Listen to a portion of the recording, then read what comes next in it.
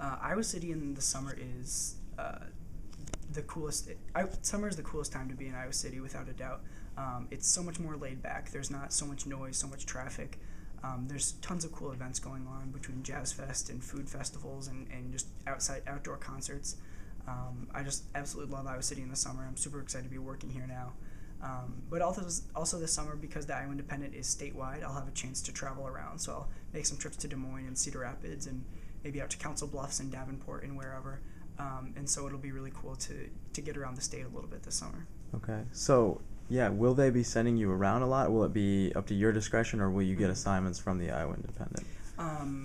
Usually I'll have stuff in eastern Iowa because, I live in eastern Iowa, but also because there's just a ton going on in eastern Iowa. Iowa City and Cedar Rapids are both, big political hubs. A lot of politicians from around the nation stop by eastern Iowa. So I'll spend a lot of time here, but I'll also go to Des Moines, at least a little bit, I would expect. Okay. This will kind of come in random in order, but I was just thinking, after holding so many jobs at the Daily Iowan and being so, into journalism and things like that, do you have any advice for new freshmen or sophomores trying to get into journalism, into the Daily Iowan, and, be a part of that culture here on campus? Yeah. Any advice I have for anyone in any field, whether it's journalism or anything else, is just be really active. Your coursework, there are a lot of good programs here at the University of Iowa, but your coursework isn't going to prepare you, to enter the professional world. So, join the Daily Iowan, start a blog on your own, join some campus group, but just do something. And also connect with a lot of people. Whatever field you're in, make sure you're networking. I think if you talk to any senior on campus, as far as job searches go, the one thing they'll say is they wish they'd started earlier. And so, be making calls to people, in professionals in your field, make emails, go to events, do whatever you can just to get tuned in and connect with those people. Okay. Do you have any thoughts on on bloggers, or choosing to be a blogger as opposed to a traditional reporter, or trying to do both? Anything? Right. That's a good question.